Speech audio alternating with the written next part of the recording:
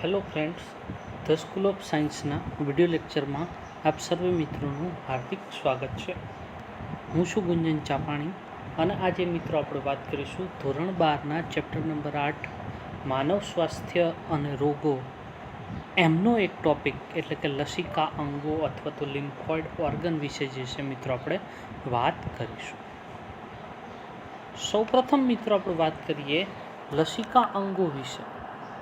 તો લસિકા અંગો જે છે એની વિશે વાત કરીએ તો આપણે ગયા લેક્ચર્સની અંદર આગલા વિડિયો લેક્ચર્સની અંદર મિત્રો વાત કરી ચૂક્યા કે મનુષ્યનું પોતાનું જે છે એક પ્રતિકારક તંત્ર છે જે બહારથી આવતા કોઈ પણ પદાર્થને અથવા તો અણુને જે છે ઓળખે છે અને તેનો નાશ કરવા સાથે જે છે એ સંકળાયેલા છે.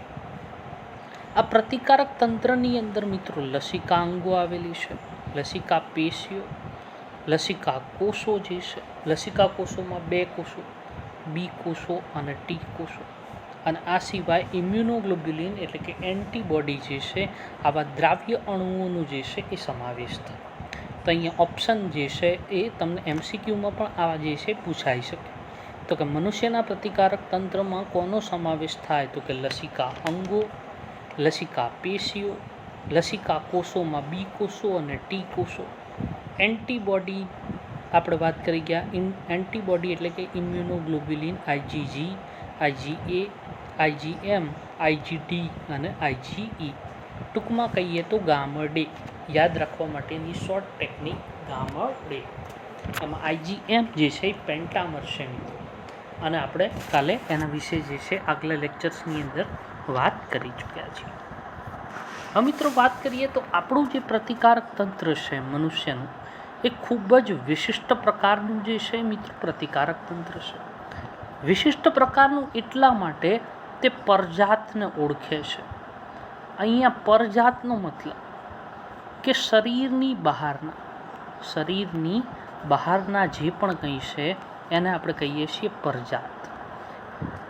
એ પરજાત જે છે એ આપણા શરીરની અંદર એન્ટીજન તરીકે વર્તે છે મિત્રો.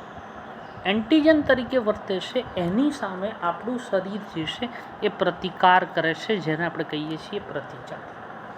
હવે ફોર ધ એક્ઝામ્પલ કોઈ પણ બેક્ટેરિયા જે છે એ આપણા શરીરની અંદર પ્રવેશ પામે અને આપણા શરીરને નુકસાન કરે તો બેક્ટેરિયાને આપણું શરીર જે છે એન્ટીજન તરીકે લેશે. એની વિરુદ્ધ જે છે એ એન્ટીબોડી ઉત્પન્ન કરશે અને એ પછી એ એક વખત જે છે આખી પ્રોસેસ પૂરી થયા પછી રોગ સામે રક્ષણ મળી ચૂક્યા પછી પણ આપણું શરીર જે છે, આપણું બોડી જે છે એના માટેની સ્મૃતિ રાખે છે. આ રીતે જે છે એ આખી પ્રોસેસ છે. હવે મિત્રો આપણે વાત કરીએ કે એલર્જીની જે પ્રક્રિયા છે. આગલા લેક્ચર્સની અંદર મિત્રો આપણે વાત કરી ચૂક્યા છીએ કે એલર્જી શું છે. એલર્જી જે છે એ એલર્જન્સની મદદથી થતી. જુદા જુદા લોકોમાં એલર્જી જે છે એ જુદી જુદી હોય. ફૂડની પણ, ખોરાકની પણ એલર્જી હોય. આપણે વાત કરી ચૂક્યા કે ગાયનું દૂધ જે છે, આ સિવાય વીટ જે છે, એ સિવાય ઓટ. ઘણા લોકોને પીનટ બટરની એલર્જી છે, ઘણા લોકોને લોબસ્ટર, પ્રોન અને શ્રીમ્પ કે ક્રેબની પણ એલર્જી હોઈ શકે. તો એલર્જીની પ્રક્રિયા જે છે એ સ્વરોગ પ્રતિકારકતા. ગયા વિડિયો લેક્ચર્સની અંદર મિત્રો આપણે સ્વરોગ પ્રતિકારકતા વિશે વાત કરી ચૂક્યા છીએ. સ્વરોગ પ્રતિકારકતા અને અંગ પ્રત્યારોપણ. અંગ પ્રત્યારોપણ એટલે કે એક વ્યક્તિનું અંગ જે છે બીજી વ્યક્તિની અંદર જે છે એ પ્રત્યારોપણ કરવામાં આવે. તો એલર્જી જે છે એમાં બંને પ્રક્રિયા જે છે એલર્જીમાં ભાગ ભજવે. એક તો સ્વરોગ પ્રતિકારકતા અને અંગ પ્રત્યારોપણમાં જે છે એ એલર્જી જે છે એ ખૂબ મહત્ત્વની છે. જો વ્યક્તિને એલર્જી થશે તો એવી પરિસ્થિતિમાં એનું મૃત્યુ પણ જે છે એ થઈ શકે છે. હવે મિત્રો આપણે આગળ વાત કરીશું લસિકા અંગો વિશે. લસિકા અંગો જે છે મિત્રો 2 પ્રકારના છે. પણ પહેલાં અહીંયા સમજો કે લસિકા અંગોનું કાર્ય શું. તો કે લસિકા અંગો શું કરે છે કે લસિકા કણોનું સર્જન કરે છે. આ લસિકા કણો જેને આપણે કહીએ લિમ્ફોસાઇટ કેટલા પ્રકારના? તો કે 2 પ્રકારના. એક બી સેલ એટલે કે બી કોષો અને બીજા જે છે એ ટી સેલ એટલે કે ટી કોષો જે છે એ લસિકા કણો છે.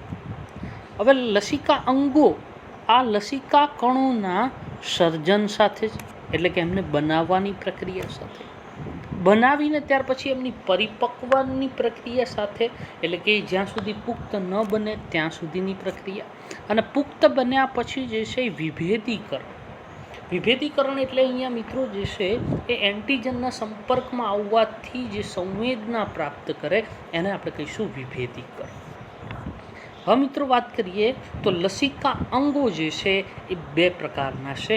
એકને કહેવામાં આવે પ્રાઇમરી લિમ્ફોઇડ ઓર્ગન અને બીજાને કહેવામાં આવે સેકન્ડરી લિમ્ફોઇડ ઓર્ગન. પ્રાથમિક લસિકા અંગો અને દ્વિતીયક લસિકા અંગો. પ્રાથમિક લસિકા અંગોની અંદર વાત કરવામાં આવે મિત્રો તો પ્રાથમિક લસિકા અંગો જે છે એ બે છે. એક છે અસ્થિ મજ્જા જેને કહેવામાં આવે બોન મેરો, અને બીજા જે છે એ છે થાઇમસ.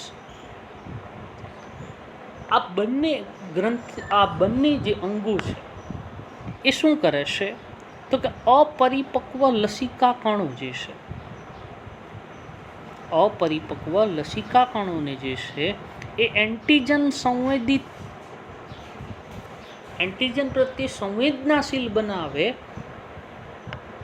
એટલે એક પ્રકારનું વિભેદન થયું. આપણે મિત્રો આગળ વાત કરી ચૂક્યા છીએ કે વિભેદીકરણ એટલે શું, તો કે એન્ટીજન પ્રત્યેની જે સંવેદનશીલતા જે ઉત્પન્ન કરવામાં આવે લસિકા કણો એને કહેવામાં આવે વિભેદીકરણ. તો અહીંયા પ્રાથમિક લસિકા અંગો અસ્થિ મજ્જા અને થાઇમસ. હવે મિત્રો અહીંયા સમજો, અસ્થિ મજ્જા અને થાઇમસ શેમાં સંકળાયેલા છે? વિભેદીકરણ. આ સિવાય જે છે અસ્થિ મજ્જા જે છે એ કોઈ પણ પ્રકારના જે છે એ રુધિર કોષો બનાવવા માટે જે છે એ સક્ષમ છે. એનું જે છે એ આપણે આગલી સ્લાઇડમાં એના વિશે જે છે એ વાત કરીશું. હવે મિત્રો દ્વિતીયક લસિકા અંગો શું કરશે તો કે દ્વિતીયક લસિકા અંગો શું એમનું કાર્ય છે એના પહેલાં આપણે સમજીએ કે દ્વિતીયક એટલે કે બીજા પ્રકારના લસિકા અંગો શું કરશે? અહીંયાથી એટલે કે પ્રાથમિક લસિકા અંગોમાં જે પણ કોઈ લસિકા કોષો એ વિભેદિત થઈ જાય, પરિપક્વ બને, ત્યાર પછી જે છે એ આ દ્વિતીયક લસિકા અંગોમાં જે છે એ એમનું સ્થળાંતરણ થાય છે. હવે દ્વિતીયક લસિકા અંગો કયા કયા છે એના વિશે વાત કરીએ. સ્પ્લીન એટલે કે બરોળ, બીજું છે લસિકા ગાંઠ. આ સિવાય વાત કરીએ તો ગળાની અંદર આવેલા કાકડા જેનો પણ લસિકા અંગો તરીકે સમાવેશ થાય છે. નાના આંતરડાની અંદર આવેલી પેયર્સ પેચીસ અથવા તો પેયર્સની ખંડિકાઓ અને આંતરપૂછ એનો પણ જે છે મિત્રો સમાવેશ થાય છે. હવે અહીંયા થશે શું કે મિત્રો કે એક વખત લસિકા કોષો વિભેદન પામી ચૂક્યા પછી આવા અંગો જેને આપણે કહીએ દ્વિતીયક લસિકા અંગો એની અંદર જે છે એમનું સ્થળાંતરણ થશે. સ્થળાંતરણ થઈ ગયા પછી જે છે એ લસિકા કણોને જે છે એન્ટીજન સાથે પ્રક્રિયા કરવા માટેનું જે છે મિત્રો સ્થાન પૂરું પાડશે. કોઈ પણ એન્ટીજન છે એની સાથે પ્રક્રિયા કરવા માટેની જે પણ કંઈ પ્રોસેસ છે એ મોટે ભાગે દ્વિતીયક લસિકા અંગોમાં થાય છે. હવે મિત્રો અહીંયા સમજો કે નાના આંતરડાના પેયર્સ પેચીસ અથવા તો પેયર્સની ખંડિકાઓ એ ક્યાં આવેલી છે તો કે નાના આંતરડાની દિવાલની અંદર જે છે એ આવેલી છે, અને એ પણ જે છે એ લસિકા અંગ તરીકેનું જે છે એ કાર્ય કરે છે. હવે મિત્રો આપણે વાત કરીએ પ્રાથમિક લસિકા અંગ. પ્રાથમિક લસિકા અંગોમાં આપણે વાત કરીશું અસ્થિ મજ્જા અને થાઇમસ. હવે મિત્રો પહેલી જે આપણે મિત્રો વાત કરીએ એ વાત કરીએ અસ્થિ મજ્જા વિશે. મિત્રો ભેગા ભેગું જે છે એ નોટ કરતા રહેજો. પહેલી વાત આપણે કરીએ અસ્થિ મજ્જા વિશે. અસ્થિ મજ્જા શું એમનું કાર્ય શું છે? પહેલાં એમની આકૃતિ જુઓ મિત્રો. આ જે છે એ છે અસ્થિ મજ્જા. અસ્થિ મજ્જા જે છે એમના કાર્ય વિશે વાત કરીએ તો પહેલી વસ્તુ કે અસ્થિ મજ્જા, અસ્થિ એટલે બોન અથવા તો હાડકું. અસ્થિ એટલે કે બોન અથવા તો હાડકું.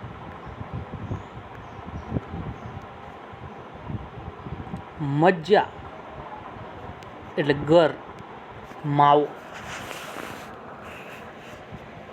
એટલે હાડકાની અંદર આવેલી જે આ ખાલી જગ્યા છે જેની અંદર ગર ભરેલો હોય, અહીંયા આ જોઈ શકો, તેને કહેવામાં આવે અસ્થિ મજ્જા. અહીંયા અસ્થિની વાત નથી મિત્રો, અસ્થિની અંદરના ગર પ્રદેશ, ગરની અંદર વાત છે. મજ્જા એટલે કે એવો ખાલી પ્રદેશ કે જેની અંદર જે છે મિત્રો ગર ભરેલો હોય. આ ગર કેવો હશે મિત્રો? તો કે સ્પોન્જી હશે. હવે મિત્રો આપણે વાત કરીએ કે એમનું કાર્ય શું છે. અસ્થિ મજ્જા જે છે એમનું કાર્ય જે છે એમના વિશે મિત્રો વાત કરીએ તો ત્યાં અપરિપક્વ કોષો હોય છે. અપરિપક્વ કોષો હોય છે. આ અપરિપક્વ કોષોને કહેવામાં આવે સ્ટેમ સેલ, સ્ટેમ કોષો. એ શું કરશે કે પ્રિકર્સર તરીકે વર્તશે. એ જુદા જુદા જે છે એ રુધિર કોષો બનાવશે, જેમ કે આરબીસી, ડબલ્યુબીસી અને ત્રાકકણિકાઓ એટલે કે પ્લેટલેટ્સ જે છે એ બનાવવાના કાર્ય સાથે જે છે એ સંકળાયેલા છે. હવે અહીંયા મિત્રો આ વાત કરી કે અસ્થિ મજ્જાનું કાર્ય શું છે કે આરબીસી બનાવે, ડબલ્યુબીસી બનાવે અને ત્રાકકણિકાઓ જે છે એ બનાવવાના કાર્ય સંબંધિત એમનું કાર્ય છે. પણ અહીંયા મિત્રો સમજજો, અસ્થિ મજ્જામાં બે પ્રદેશ છે. અસ્થિ મજ્જા કેટલા ભાગમાં વહેંચાયેલી છે? તો કે બે ભાગમાં વહેંચાયેલી છે.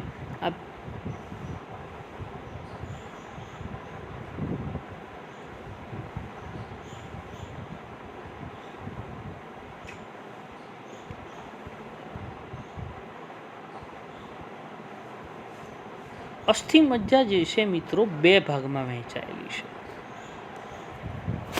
પહેલો જે ભાગ છે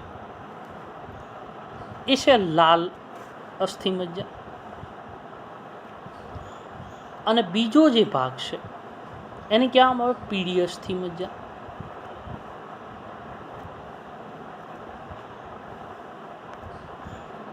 હવે અહીંયા જુઓ મિત્રો, આ રેડ બોન મેરો જે દર્શાવે છે એ છે લાલ અસ્થિ મજ્જા. અહીંયા યલો બોન મેરો જે બતાવે છે એ છે પીળી અસ્થિ મજ્જા. હવે મિત્રો પીળી અસ્થિ મજ્જામાં શું આવેલું હોય? તો કે પીળી અસ્થિ મજ્જા જે છે મિત્રો ફેટી હોય. આ સિવાય મિત્રો સમજજો કે કોઈ પણ અસ્થિ મજ્જા કેવી હશે? તો કે સ્પોન્જી હશે. બીજી મિત્રો અસ્થિ મજ્જામાં કોનો સમાવેશ કરવામાં આવે છે મિત્રો? તો અસ્થિ મજ્જામાં આપણા હિપનું હાડકું અને જાંઘ પ્રદેશનો જે છે મિત્રો સમાવેશ કરવામાં આવે છે. એની અંદર જે છે જે પોલાણ છે, જે જગ્યા છે છિદ્રિષ્ટ, એને આપણે કહીએ અસ્થિ મજ્જા. હવે અહીંયા આપણે વાત કરી કે યલો મેરો અને રેડ મેરો, એટલે કે લાલ અસ્થિ મજ્જા અને પીળી અસ્થિ મજ્જા. હવે મિત્રો અહીંયા સમજજો, જે લાલ અસ્થિ મજ્જા છે એ શું કરશે? તો એની અંદર હિમેટોપોએટિક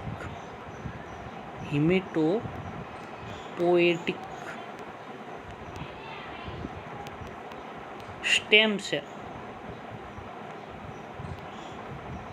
આવેલા છે. આ હિમેટોપોએટિક સ્ટેમ સેલ જે છે એ બે પ્રકારના વિન્યાસની અંદર જે છે એ આગળ વધશે. એક તો જે છે એ માઇલોઇડ લિનિએજ અને બીજા જે છે એ છે લિમ્ફોઇડ લિનિએજ. હવે મિત્રો તમને પ્રશ્ન થશે કે માઇલોઇડ લિનિએજ અને લિમ્ફોઇડ લિનિએજ શું? લિમ્ફોઇડ લિનિયેજની અંદર મોટે ભાગે મિત્રો જે છે લસિકા કોષો બનાવે અને માઇલોઇડ લિનિયેજની અંદર બીજા રુધિરના કોષો જે છે એ બનાવવાનું જે છે એ કાર્ય થાય. હવે મિત્રો વાત કરીએ આપણે પીળી અસ્થિમજ્જા વિશે. પીળી અસ્થિમજ્જા વિશે વાત કરીએ તો પીળી અસ્થિમજ્જાની અંદર ફેટી દ્રવ્ય જે છે, મેદ જે છે એ ખૂબ જ આવેલો છે. આ સિવાય જે છે એની અંદર મેઝેનકાઇમલ સેલ અથવા તો મેસેનકાઇમલ કોષો આવેલા છે, જે કયા કાર્ય સંબંધિત છે તો કે ચરબી બનાવવાનું કાર્ય કરે. બીજું હાડકા બનાવવાનું જે છે એ કાર્ય સાથે જે છે એ સંકળાયેલા કોષો છે. મિત્રો અહીંયા જે પણ કંઈ વસ્તુ હું કહું છું એ વસ્તુ જે છે એ નોટ ડાઉન કરતા રહેજો, જેની મદદથી જે છે એ તમને આગળ વધારે ખ્યાલ આવે. બીજું મિત્રો, આ બંને પ્રકારની અસ્થિમજ્જા લાલ અને પીળી બંનેમાં જે છે એ રક્તવાહિનીઓ અને રુધિર કેશિકાઓ જે છે, રુધિર કેશિકા પુષ્કળ પ્રમાણમાં જે છે એ જોવા મળે. હવે મિત્રો આપણે આગળ વાત કરીએ.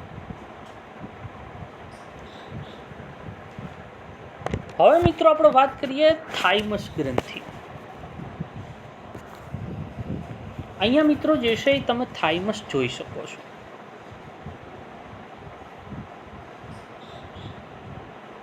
હવે મિત્રો થાઇમસ ગ્રંથિની અંદર આપણે વાત કરીએ તો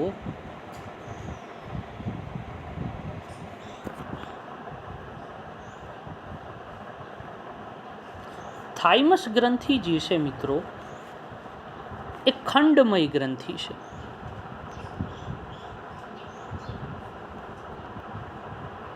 કેટલા ખંડોની બનેલી છે તો કે 2. એક ડાબી સાઈડ અને એક જમણી સાઈડ જે છે એ 2 ખંડો જે છે એ ધરાવે છે. હવે મિત્રો આપણે વાત કરીએ એમના સ્થાન વિશે. થાઇમસનું સ્થાન અહીંયા તમે જોઈ શકો છો મિત્રો કે હૃદયની નજીક, અહીંયા નીચે જે છે એ હૃદય આવેલું છે, એટલે હૃદયની નજીક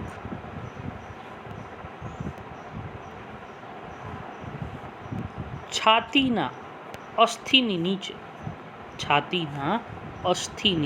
નીચે આવેલી ગ્રંથિ છે.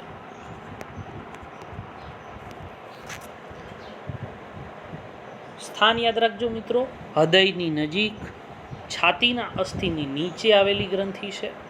બીજું મિત્રો અહીંયા ધ્યાન રાખો કે આ ગ્રંથિ જે છે એમનું કદ જન્મ સમયે મોટું, જન્મ સમયે કદ જે છે એ મોટું,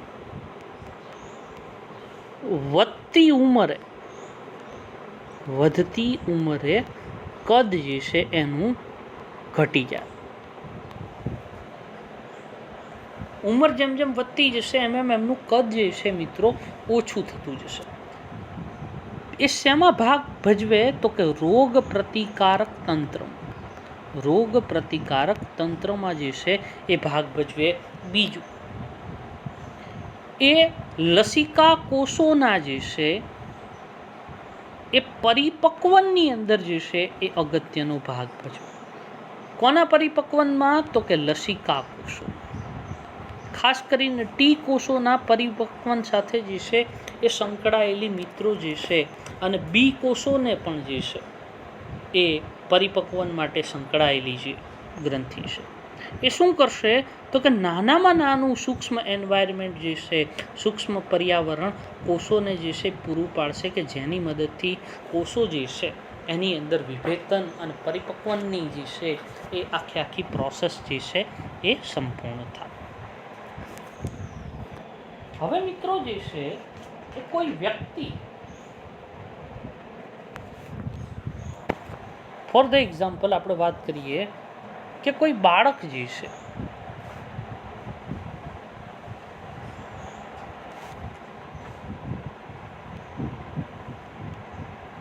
બાળકની થાઇમસ ગ્રંથિ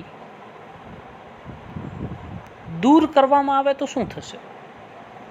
બાળકની જો મિત્રો થાઇમસ ગ્રંથિ જો દૂર કરવામાં આવે તો એના બધા ટી કોષો જે છે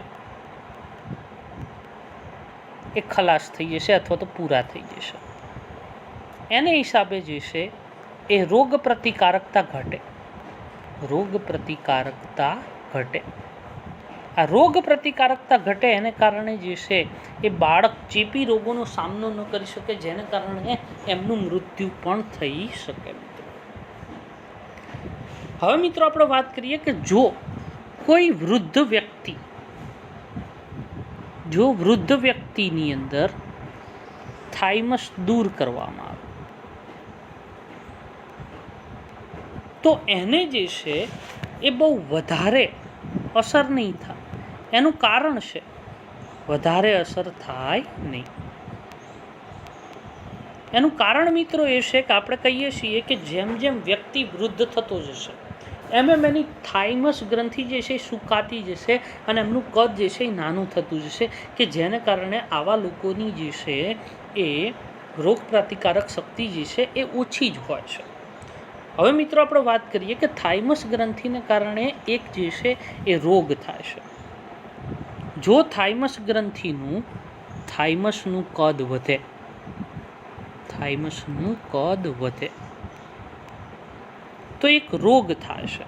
આ રોગને કહેવામાં આવે માયસ્થેનિયા ગ્રેવિસ. એ શું ઉત્પન્ન કરે તો કે એન્ટીબોડી ઉત્પન્ન કરે. આ એન્ટીબોડી શું કરશે તો કે સ્નાયુઓની અંદર આપણા જે સ્નાયુઓ છે એમાં જે રિસેપ્ટર સાઇટ છે એ રિસેપ્ટર સાઇટને અવરોધે. આ રિસેપ્ટર સાઇટ અવરોધવાને કારણે સ્નાયુ જે છે એ નબળા પડી જાય, પોતાનું કાર્ય જે છે એ બરાબર રીતે ન કરી શકે, કે જેને કારણે આવા સ્નાયુઓ જે છે એ શું થઈ જાય, શ્રમિત થઈ જાય.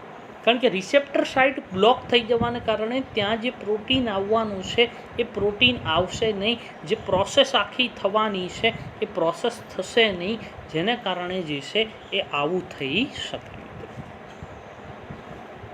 આ વાત કરી મિત્રો આપણે પ્રાથમિક લસિકા અંગો, અસ્થિમજ્જા અને થાઇમસ વિશે. હવે મિત્રો આપણે વાત કરીએ દ્વિતીયક લસિકા અંગ વિશે. દ્વિતીયક લસિકા અંગોની અંદર મિત્રો સમાવેશ થાય છે સ્પ્લીન એટલે કે બરોળ. બરોળ જે છે મિત્રો એમની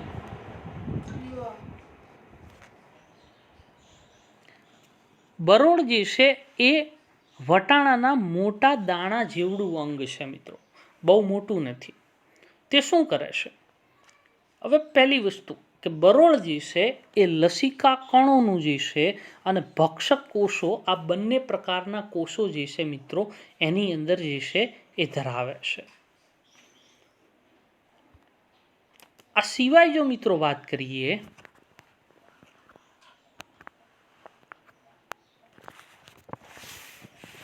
તો બરોળ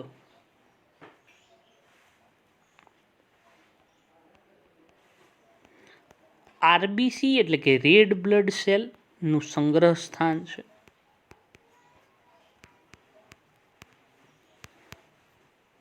બીજું આરબીસીનું કબ્રસ્તાન છે. આરબીસીનું જીવનચક્ર મિત્રો 120 દિવસનું છે. આ 110થી 120 દિવસ થઈ જશે એટલે ઓટોમેટિકલી બરોળમાં આવશે અને બરોળની અંદર જે છે એમનું મૃત્યુ થશે. એટલા માટે કહેવામાં આવે છે એ આરબીસીનું જે છે મિત્રો કબ્રસ્તાન છે. બરોળ જે છે આપણે વાત કરી કે આરબીસીનું કબ્રસ્તાન છે, ને તમને અહીંયા એવું કેમ લાગે? આપણને એવું પણ બુકમાં કહેવામાં આવે છે કે જે છે આરબીસીનું સંગ્રહ સ્થાન છે. એવું એટલા માટે કારણ કે હજારોની સંખ્યામાં આરબીસી જે છે એ બરોળની અંદર મૃત્યુ પામવા માટે આવશે. એટલા માટે જે છે આપણે કહીએ છીએ કે બરોળ જે છે એ આરબીસીનું જે છે એક સંગ્રહ સ્થાન અને કબ્રસ્તાન તરીકે જે છે એ વર્તે છે મિત્રો. હવે મિત્રો આપણે વાત કરીએ બીજા દ્વિતીયક લસિકા અંગ લસિકા ગાંઠ વિશે. હવે મિત્રો સમજો, ગાંઠ એટલે કે લસિકાઓનો સમૂહ, જેને કહેવાય આપણે લસિકા ગાંઠ. તો કે લસિકા તંત્રમાં વિવિધ સ્થાને આવેલ નાની સખત રચના તે લસિકા અને પેશીય જળ, તે લસિકામાં અને પેશીય જળમાં જે પણ કોઈ સૂક્ષ્મ જીવો આવે અને અન્ય એન્ટીજન આવે, આ એન્ટીજનને શું કરે? એ જકડી રાખે, પકડી રાખે. અને આ પકડાયેલ એન્ટીજન ત્યાં રહેલા જે પણ કંઈ લસિકા કોષો છે, આ લસિકા કોષોને જે છે મિત્રો શું કરી દેશે? સક્રિય કરી દેશે, કે જેને કારણે એની વિરુદ્ધ જે છે એ લડશે. એટલે આપણે એવું કહી શકીએ કે લસિકા કોષો જે છે એ પ્રતિકારક શું આપે છે? પ્રતિચાર આપે છે, એમનો પ્રતિકાર કરે છે મિત્રો. હવે ત્રીજી અને છેલ્લું દ્વિતીયક લસિકા અંગ વિશે આપણે મિત્રો વાત કરીએ. લસિકા પેશી શ્વસન માર્ગ, પાચન માર્ગ, મૂત્ર જનન માર્ગ જેવા અગત્યના માર્ગોમાં જે અસ્તર છે, એમનું જે સ્તર છે, એની અંદર આવેલી આ લસિકા પેશી છે. આ લસિકા પેશી મિત્રો બે સ્વરૂપે જે છે આવેલી છે. એક હશે જે મિત્રો એને આપણે કહીએ માલ્ટ, અને બીજી જે છે એને આપણે કહીએ ગાલ્ટ. આપણે મિત્રો પહેલી વાત કરીએ માલ્ટ. માલ્ટને ક્યાં આવે? મ્યુકોસા, એસોસિએટેડ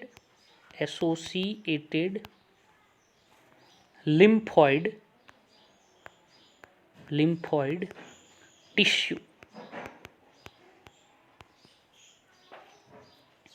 અથવા ગુજરાતીમાં એને ક્યાં આવે? શ્લેષ્મ સંકલિત લસિકા પેશી.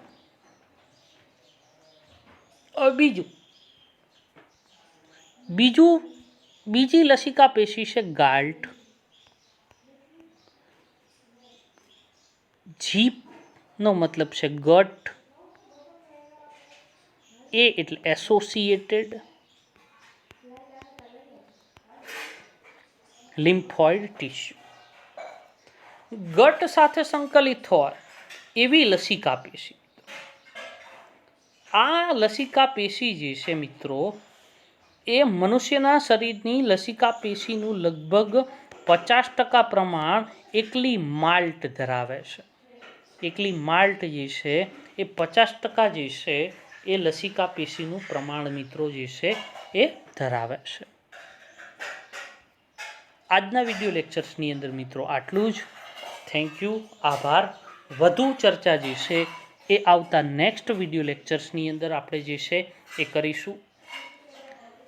હવે મિત્રો જે પણ કોઈ તમને પ્રશ્ન હોય એ પ્રશ્ન જે છે એ નીચે કોમેન્ટ્સની અંદર તમે પૂછી શકો છો. તમને કોઈ એ સિવાય પ્રશ્ન હોય તો તમે વોટ્સઅપ ઉપર જે છે એ ફોટો પાડીને અથવા તો એમનેમ જે છે એ તમે ટાઈપ કરીને પણ કહી શકો છો. અમે તમારા દરેક પ્રશ્નોના નિરાકરણ જે છે એ તમારે ઘરે બેઠા બેઠા જ તમને જે છે એ મળી જશે. આ સિવાય તમને કોઈ ડાઉટ હોય એવો ટૉપિક જે છે એ તમે 11મા ધોરણનો અથવા તો 12મા ધોરણનો કહી શકો, કે જેની મદદથી અમે તેનો વિડીયો લેક્ચર બનાવીને મૂકી શકીએ અને તમને જે છે એ એની અંદર જે છે મિત્રો સહાયતા રહે. અને આ સિવાય મિત્રો અમારી યુટ્યુબ ચેનલને લાઈક કરો, શેર કરો અને સબસ્ક્રાઈબ કરો, કે જેની મદદથી જે છે એ ઘરે બેઠેલા જે પણ કંઈ વિદ્યાર્થી મિત્રો જે છે એ આનો લાભ લઈ શકે. એટલે વધુમાં વધુ જે છે મિત્રો શેર કરો. અને મિત્રો જોજો બાજુમાં જે બેલ આઇકન છે એ દબાવવાનું ભૂલતા નહીં, કે જેની મદદથી અમારા નવા વિડીયોની નોટિફિકેશન્સ તમને મળતી રહે. ત્યાં સુધી આવા કોરોનાના કપરા કાળની અંદર ઘરમાં જ રહો મિત્રો, સુરક્ષિત રહો, બહાર ક્યાંય નીકળો નહીં, અને પર્યાવરણનું પણ આપણે ધ્યાન રાખીએ. સાથે સાથે જે છે મિત્રો આવા સમયની અંદર આપણા જે પણ કંઈ વોલન્ટિયર્સ છે જે કોરોના સામે જે છે એ આપણને લડવામાં મદદ કરી રહ્યા છે, એવા ડૉક્ટરો, નર્સિસ, પોલીસ સ્ટાફ અને પેરામિલિટરી ફોર્સ કે મિલિટરી ફોર્સનો જે છે એ આપણે આભાર માનીએ, કે જે પોતાના જીવના જોખમે પણ આપણને બચાવવા માટે જે છે એ તત્પર રહે છે. અને બીજું મિત્રો કે એમને જે છે સાથ અને સહકાર આપીએ, વગર કારણનું ક્યાંય બહાર ન નીકળીએ અને આપણા પરિવારના સભ્યોને પણ કહીએ કે જેને કારણે તેઓ પણ જે છે એમનું માન જાળવે, બહાર ક્યાંય નીકળે નહીં. કારણ કે જો જીવતા રહીશું તો બધું જ જે છે એ મેળવી શકીશું. આ સાથે જે છે વિરામ લઉં છું. અસ્તુ. જય હિન્દ, જય ભારત.